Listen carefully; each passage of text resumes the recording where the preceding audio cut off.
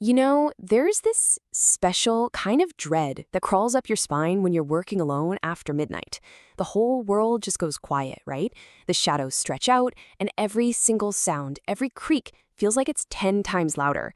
It's such a primal fear, that feeling of being the only person awake while everything else is asleep. Or is it? Today, we are going to tear that feeling apart by looking at some genuinely disturbing true stories from the night shift. So let's really dig into this question. I mean, it seems pretty straightforward, doesn't it? But the answer, it's way more complicated than you'd think. It's not just about the dark. Oh no. It's this unique, potent cocktail of factors that can warp a place you know like the back of your hand into the setting for your absolute worst fears. See, here's the thing you gotta understand about the night shift. It strips away all our normal safety nets. You're isolated, totally on your own. There are hardly any witnesses, so if something goes down, who's there to see it? And that silence, it's not peaceful, it's menacing. The shadows play tricks on you. But here's the real kicker. Even normal things, like a car pulling up or a customer walking in, suddenly feel off, threatening. And we're about to see just how badly this can all go in these stories. Okay, let's start with the first theme. And honestly, it's a big one. The threat that gets inside. This is so terrifying because it just shatters that one fundamental rule we all rely on, that we're safe indoors. You lock the door to keep the monsters out. But what happens when the monster is already in the building with you and it's pretending to belong? Just look at how this unfolds, hour by agonizing hour. It starts at 11 p.m. with a weird check-in. Kind of strange, but okay. Then at midnight, he's not in his room. Nope, he's just sitting in the lobby, staring at a TV that isn't even on. The dread starts to build. Then comes 1 a.m. The clerk realizes the whole check-in was a lie. And for the next almost 3 hours, this guy is just a ghost, wandering the halls, standing in stairwells, until finally he's just standing right outside a random guest store. And that's it, right? That's the core fear. The safety of that hotel was a complete and total illusion. For hours, the night clerk was thinking, oh, he's a guest. But he wasn't. He was an intruder with who knows what on his mind. And he'd already slipped right past the only line of defense. And here's another perfect example of how that fear just builds and builds. Picture it. A dead quiet motel. The little service bell on the counter rings. Ding. No one's there. Ding. You check the parking lot. Empty. You wait. Watching. Ding. And then you see it. A hand reaching up from under your side of the desk. The threat wasn't at the door. It was right there with you the whole time. So we've talked about threats that get inside, but what about the ones that stay outside? The ones that turn your well-lit, supposedly safe workplace into a fishbowl, making you the main attraction in a horror show. This is all about the pure psychological terror of being watched, of being studied from a distance.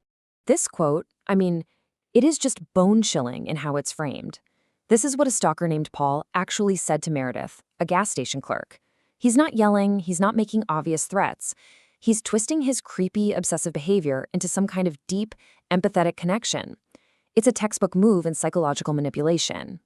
And this right here just lays that manipulation bare.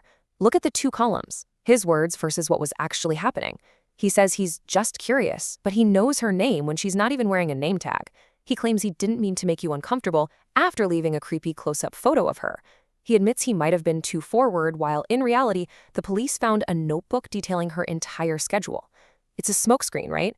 A story of innocent mistakes to hide a calculated, terrifying obsession. This next one, wow, it really takes the watcher threat to a whole new level. Just try to put yourself in this situation. A brand new car, no plates, parks where you can't see it from the register, 2 nights in a row, and they just sit there, watching.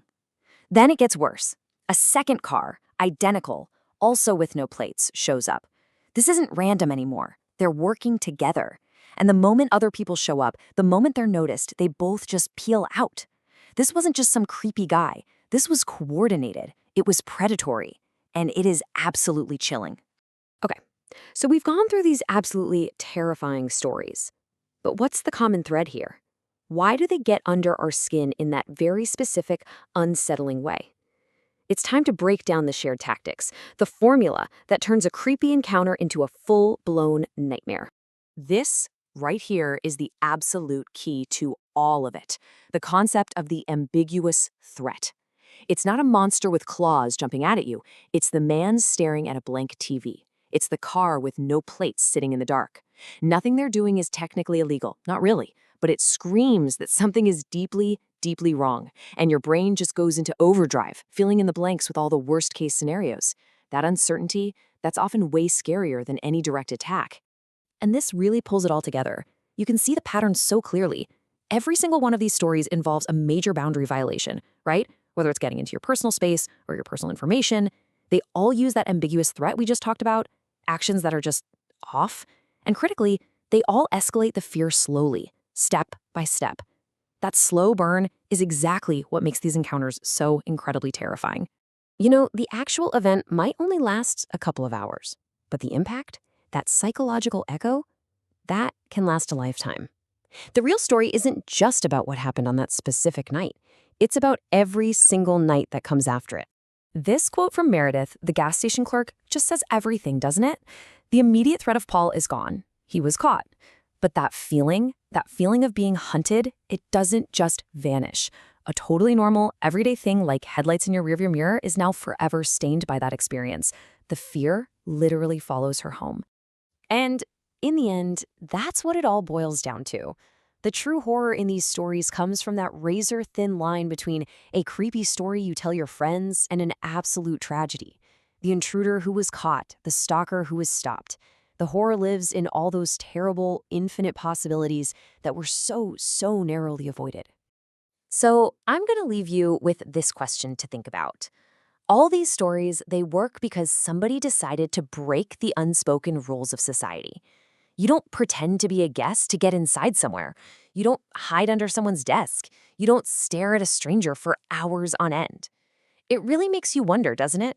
How much of our sense of safety, day in and day out, is just built on the fragile hope that everyone else has quietly agreed to play by the same rules.